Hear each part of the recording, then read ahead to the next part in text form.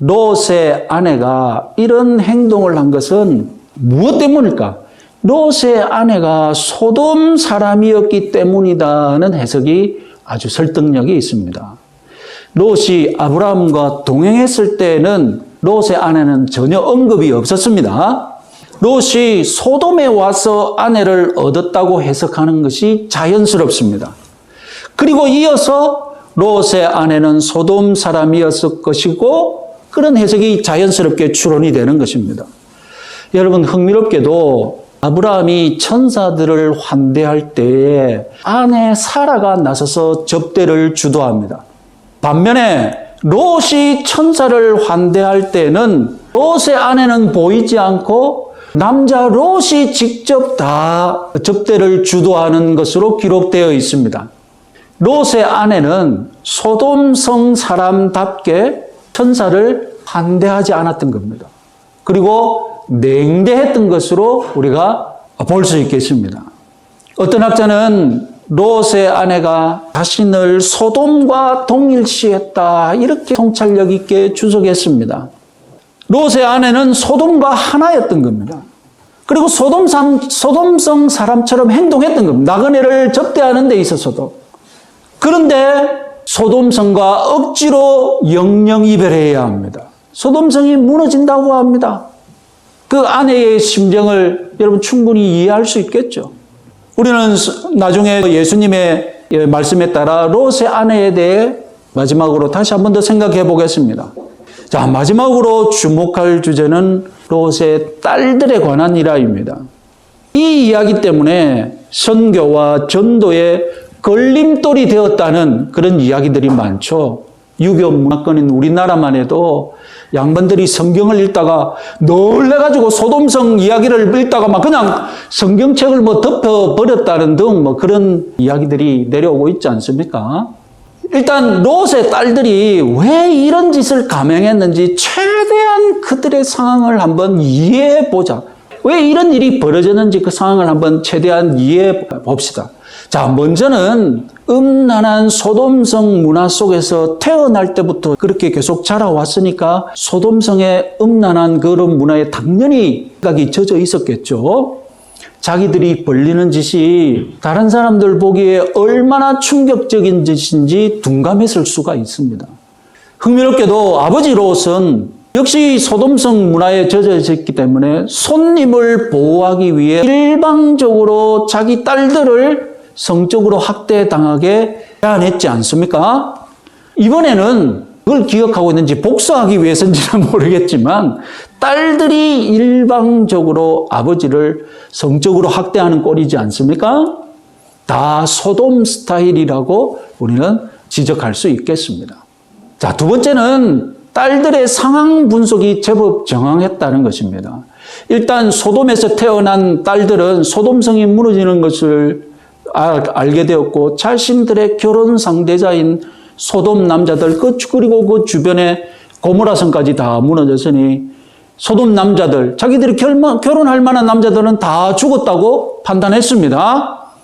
고대 결혼에서 가장 중요한 역할을 하는 사람이 누구겠습니까? 고대 결혼에서 결혼을 결정짓는 사람이 누굽니까? 지금이야 알아서 연애하고 그 신랑감 데리고 오면 부모님들이 다 허락 안 할 수밖에 없죠. 나중에 문제 생길 것이 두려우니까 웬만하면 다 허락해 주죠. 그러나 시간을 100년만 뒤로 돌려도 심지어 2000년, 4000년으로 돌려보십시오. 딸의 결혼을 결정짓는 사람이 누굽니까? 아버지죠. 아버지가 다 알아서 하죠. 딸은 아무런 결정권이 없습니다. 어디는 자기가 알아서 신랑감을 데리고 와요. 불가능하고 아버지가 신랑감을 보고 신부지참금을 아버지가 다 받고 딸을 보내는 것이죠. 그런데 아버지 롯은 지금 무슨 짓을 하고 있습니까? 산속굴에서 은둔 생활을 하고 있습니다. 지난주에 말씀드렸듯이 오늘날 시각에서 보자면 어떤 병이 있는데 무슨 병이라고 했겠습니까? 외상 후 스트레스 장애 혹은 공황장애 같은 그런 거에서 산소굴에 들어가서 안 나오는 거예요. 사람 다 싫고 세상 다 싫다고. 상황이 이런데 아버지가 지금 저 모양인데 정말로 자기들이 결혼할 수 없을 거라고 정확하게 판단을 내린 것이죠. 딸들의 계략이 이렇게 가능했던 것은 근본 원인은 아버지 롯이 삶을 자포자기했기 때문입니다. 비슷하게 포도주를 마신 후에 가족 안에서 사달을 일으킨 경우가 유명한 분이 누구 있습니까? 노아가 있었죠. 노아는 포도주 농사를 축하하면서 포도주를 마셨으나 롯은 자포자기하기 위해 포도주를 마셨습니다. 그래서 노아는 깨어난 후에 무슨가 나쁜 짓이 있었다는 것을 눈치챌 수 있었지만 롯은 자포자기하기 위해 매일 술을 마셨기 때문에 다음날 무슨 일이 일어난지도 모를 정도로 그런 삶을 살고 있었던 겁니다. 자, 어쨌든 우리는 성경의 기록 목적을 더 중요하게 생각해야 합니다. 왜 이런 추악한 일이 성경이라는 곳에 기록이 되었느냐?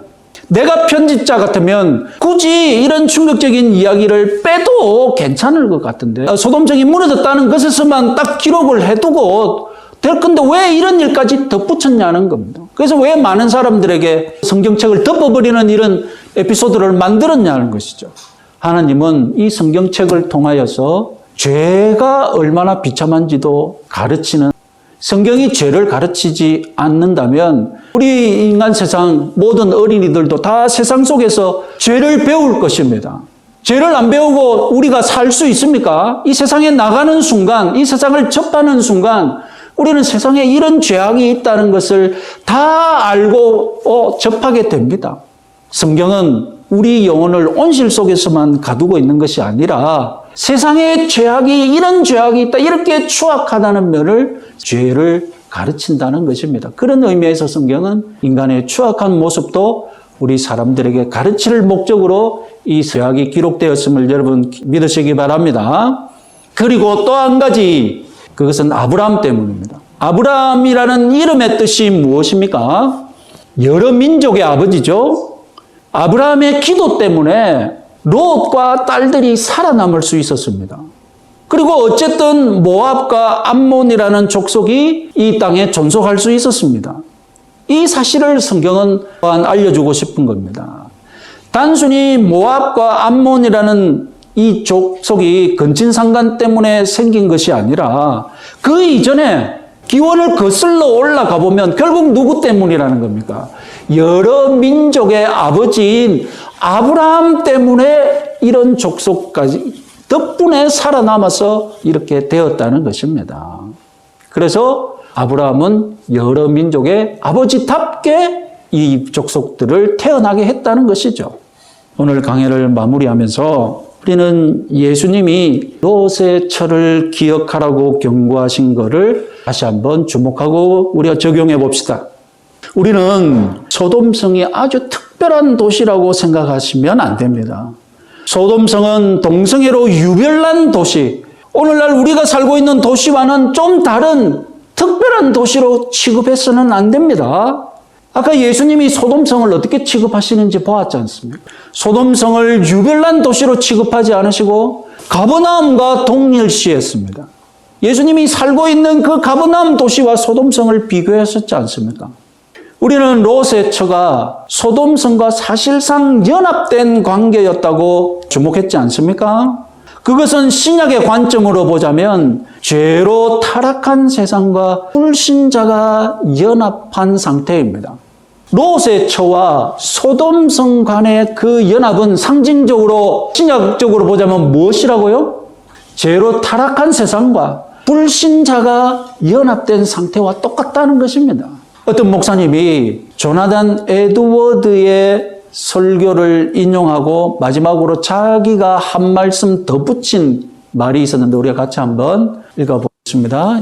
당신이 그리스도 밖에 있는 동안 당신은 소돔 안에 있는 것입니다. 소돔이 당신의 출생지요 당신의 생애를 보낸 것입니다. 롯의 아내를 기억하세요. 그녀가 어떻게 되었는지를 기억하세요. 여기까지가 딱 조나단 에드워드라고 유명한 청교도 설교자가 한 말을 이분이 인용한 겁니다. 그리고 예수님께 도망하십시오라고 그분이 한 말씀 더 덧붙였습니다. 빌리 그레함이라는 유명한 목사님도 1980년대에 설교에서 소돔성이 미국과 같다고 설교해서 같이 한번 읽어보겠습니다. 만일 하나님께서 미국을 심판하지 않으신다면 소돔과 고모라에게 사과하셔야 한다. 지금 우리가 주목해야 할 사실이 무엇입니까? 소돔성은 유별난 도시가 아니라 오늘날 우리가 살고 있는 도시와 똑같은 도시라는 것입니다. 우리가 불신자였을 때, 내가 믿지 않는 사람이었을 때 나와 이 도시와의 관계는 무엇과 똑같다고요?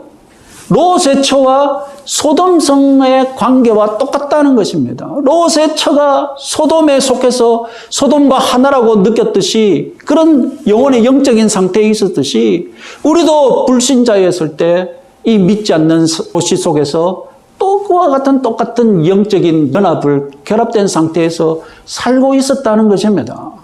여러분, 그런 점에서 롯의 처가 소돔성을 향하여 보았다. 소돔성을 향하여 뒤를 돌아서 걸어갔다. 이런 성경의 지적은 우리 다시 한번 생각해 볼 수 있겠습니다. 구약 성경은 죄를 표현할 때 보는 것에서 죄가 시작되는 것처럼 기록합니다. 그래서 구약 성경이 죄 짓는 과정을 구체적으로 묘사할 때는 반드시 그가 보았다는 것부터 먼저 시작한다는 것입니다. 우리 눈은 죄를 찾기에 능하다는 것입니다. 반대로 죄는 우리 눈을 끌어당겨서 그 시선을 사로잡기를 원한다는 것입니다. 그래서 신약 성경은 구약 성경이 죄를 보는 것에서 시작한다는 것을 보고 그것을 절묘하게 요약했는데 어떤 말로 요약을 했습니까? 죄와 시선이 연결되어 있다. 이것을 신약 성경은 어떻게 표현합니까? 안목의 정욕이다. 우리 시선 속에 이미 무엇이 담겨 있다고요? 우리 시선 속에 우리가 무엇을 보고 이 시선을 던지는 순간 그 안에 정욕이 담겨 있다. 죄악이 담겨 있다는 것입니다. 정욕이 마음속에 있는 것 같지만 눈에도 있다. 시선 속에 이미 정욕이 담겨져 있다. 롯의 아내는 무엇을 던진 것입니까? 안목의 정욕을 소돔을 향하여 던진 것입니다. 구약 성경은 롯의 아내가 무엇 때문에 죄 망한 것으로 여러분 말하고 있다고요? 안목의 정욕 때문에 망한 것을 여러분 유념하시기 바랍니다. 그럼 예수님은 롯의 아내의 시각적인 면보다는 방향을 돌이켜서 행동한 면을 주목했다고 말씀드렸죠. 여러분, 조금 전에 말씀드렸듯이 안목의 정욕이 몸의 정욕과 손과 발의 정욕을 불러일으킵니다.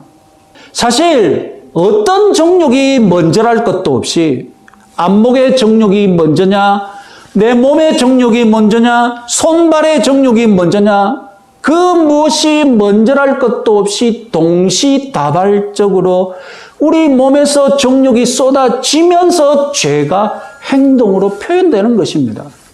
여러분, 눈으로만 죄 짓는다면 어떤 피해가 있겠습니까? 안목의 정욕으로만 죄를 짓는다면 죄는 죄겠지만 무슨 피해가 있겠습니까? 쏘아본다고, 흘겨본다고, 힘을 줘서 보고, 음흉하게 보았다고 해서 무슨 피해가 있습니까? 보는 것으로만 그친다면 실제적으로 해를 당하는 일은 없습니다. 이 안목의 정욕이 몸의 정욕과 손발의 정욕을 동시다발적으로 작동시키니 이제 어떻게 되는 겁니까? 죄가 행동으로 표현되고 그리고 다른 사람을 해를 입히고 죄의 상처가 생기는 것입니다. 여러분, 우리가 이 세상에 산다는 것, 지금 우리가 이 세상을 사는다는 것도 우리가 죄를 짓는다는 것도 마찬가지입니다. 오늘 저와 여러분들은 당장 세상을 나가면 우리 눈에서 눈의 정욕이 나갈 것입니다. 안목의 정욕이 나갈 것입니다. 그리고 세상은 우리 안목의 정욕을 빼앗기 위해 이것저것 막 보여줄 것입니다. 이거 멋있지 않느냐고. 이거 한번 미쳐보라고. 우리 안목의 정욕을 끌어당길 것입니다. 동시다발적으로 우리 마음에 무엇이 일어납니까? 몸의 정욕과 손발의 정욕이 동시다발적으로 일어나면서 시선만 빼앗긴 것이 아니라 몸을 돌려서 손발을 움직여서 무엇인가 일을 저지르고 말 것입니다. 이것이 죄악입니다. 도시 속에서 우리가 살아가는 동안 죄를 짓는 메커니즘, 죄를 짓는 시스템입니다. 여러분, 이 세상에 좋아하는 것을 너무 많이 만들면 안 됩니다. 내 눈을, 내 몸을, 내 손발을 즐겁게 하는 것들이 이 세상에 세고 셌습니다. 여러분, 경제가 성장한다는 것은 결국 무엇을 말하는 겁니까? 내가 즐길 것이 늘어난다는 거예요. 생각해 보십시오. 여러분, 60년대, 70년대를 다 사셨던 분인 줄 알아요. 그때 경제 수준과 지금 우리나라 경제 수준이 이렇게 변했는데 결국 내 생활의 차이가 뭡니까? 내 즐길 것이 세고 셌다는 겁니다. 나는 그것을 즐길 여유가 어느 정도 다 갖췄어요. 마음만 먹으면 빚을 내서라도 카드 한번 긁으면 뭐 까짓것 못 즐길 것이 무엇이 있습니까? 내 눈을 즐겁게 하고 내 몸과 내 손발을 즐겁게 하는 것. 롯의 처처럼 우리는 이 세상을 외면하기가 힘듭니다. 저도 개인적으로 잡기들을 좋아하고 취미들이 많이 있었고 그래서 이번에 좁은 집으로 이사하면서 내가 그 예전에 즐겼던 그 잡기들, 그 좋아하는 것들 다 버릴 수밖에 없었어요. 만약에 집에 늙었더라면 그것도 들고 갔을 거야. 태간살이 그 볼링공, 무슨 CD 수집한 거, 그동안 내가 즐겼던 그 흔적들 그대로 또 들고 다니면서 내가 저걸 또 미련을 두르지 못하고 붙잡고 있었을 거예요. 다 버렸잖아요. 이제 볼 게 없어. 집에 가면 마누라밖에 볼 게 없어. 여러분, 우리가 성 안에 두고 온 세간살이 유흥거리 포기하지 못해 돌아보았던 롯의 처, 오늘날 우리 집에 가면 나도 그런 세간살이를 놔두고 수시로 돌아보게 되어 있습니다. 세상의 즐거운 것들을 줄여야 합니다. 여러분, 줄인다고 해서 끝나는 것이 아니죠? 왜 줄입니까? 왜 줄여야 합니까? 줄여서 시간을 남기고 에너지를 남기고 자원을 남긴 다음에 그것으로 뭘 해야 합니까? 그것으로 주님을 바라봐야죠. 우리가 소돔을 바라볼 에너지, 소돔을 바라볼 자원을 아껴서 그 아낀 것으로 주님을 바라봐야죠. 이 설교자는 마지막에 뭘 붙였습니까? 예수님께 도망하라고 덧붙이지 않습니까? 소돔성을 탈출했으면 이제 예수님께 도망해야죠. 여러분들의 시간, 여러분들의 에너지, 여러분들의 돈 남겨서 주님께 쏟기 위해, 교회를 위해 쏟기 위해 여러분 주님을 바라봐야 합니다. 시간을 남겨서 제 설교 한 편이라도 더 듣고 엉뚱한 유튜브 보지 마시고, 요즘 유튜브가 얼마나 여러분들의 눈을 많이 뺏어갑니까? 저도 한쪽 가만히 보고 있으면 그냥 유튜브 보고 30분 그냥 지나가고 있음. 얼마나 재밌는 것이 많은지. 여러분들의 시선을 지키시기 바랍니다. 여러분들의 에너지가, 여러분들의 시간이, 여러분들의 시선이 어디에 투입되느냐에 따라서 무엇이 결과물로 나올지 다 결정되는지 믿으시기 바랍니다. 부디 여러분들의 신앙도 성장하고 교회도 성장하는데 여러분 에너지를 쓰시기 바랍니다. 내 안목의 정욕, 내 육신의 정욕, 내 손발의 정욕을 주를 바라보는 데 쏟아붓고 그리하여서 좋은 결실을 얻어내는 여러분들 되시기 바랍니다.